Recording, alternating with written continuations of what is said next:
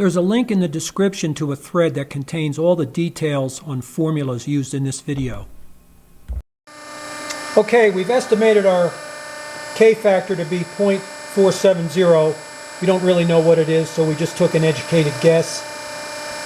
Cranked through the formulas and came up with a bend allowance of 0.145 inches, which yielded a back gauge setting of 1.947. So those are the numbers we're going to work with. Let's blank out a sacrificial piece of aluminum and make a test bend.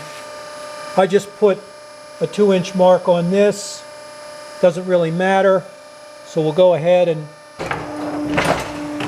knock out a 2-inch piece. So here's our 2-inch piece. We'll square up the end. Okay, so that's that. Take off the masking.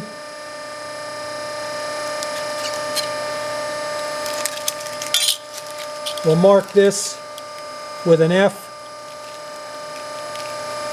just so we know that's a square end, and we got to go ahead and make a bend.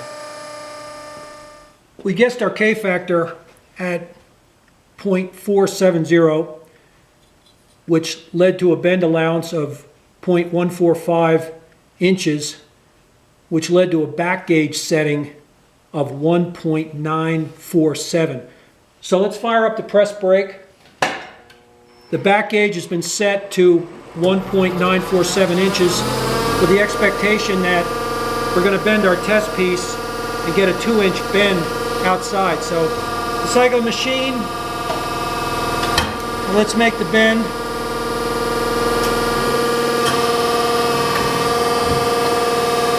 Okay, so there's our bend. We're hoping for 2 inches on the outside, so let's go take a measurement, see how close we got.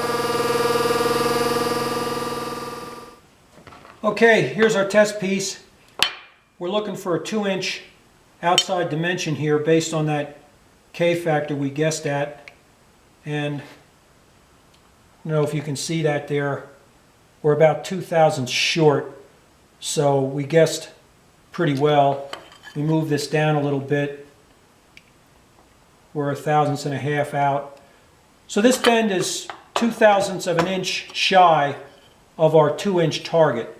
So you could probably leave that K-factor alone and use it, but for the sake of getting better accuracy, let's go ahead and see if we can touch up that K-factor and get a little bit closer to our 2-inch bend. Okay, we corrected our bend allowance, bumped it up by 2 thousandths of an inch. So we'll fire up the press brake. We set our back gauge accordingly.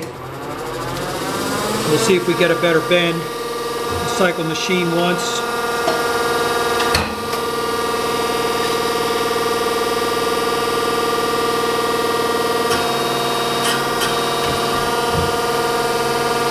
Okay, there's our bend. We're looking for 2 inches, so we'll go over and use the caliper and take a measurement.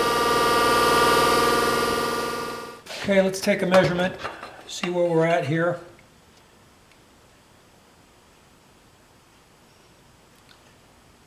You know, we're flopping around here a little bit, 1 thousandths shy, depending on where we measure here. This is such a small amount. I don't know if you can see that. We got 2 thousandths short here. There's a lot of reasons for this. There we're 1 thousandths shy there. Piece could be a little bit out of square. A little bit of slop in the back gauge. There we're right on 2 thousandths. It's such a small amount that I would consider this bend very good. And regarding the K-factor, significant changes in that K-factor have slight influences on the bend distance, but ballpark is good enough, so that's the story. The graphic shows 3 helpful formulas that relate all the bending variables. As for bend allowances, the machinery's handbook has good numbers and its tables are easy to use. This video explained how to empirically determine the K-factor by making some simple test bends, measuring the results, and adjusting for improved accuracy.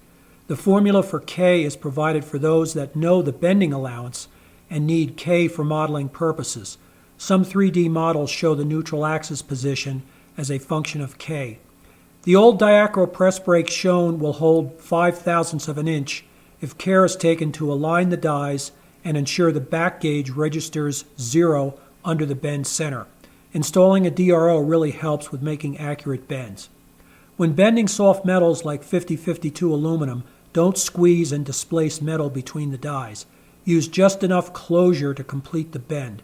The links in the description provide a text thread on this video and an index to all the Di-Acro press brake videos.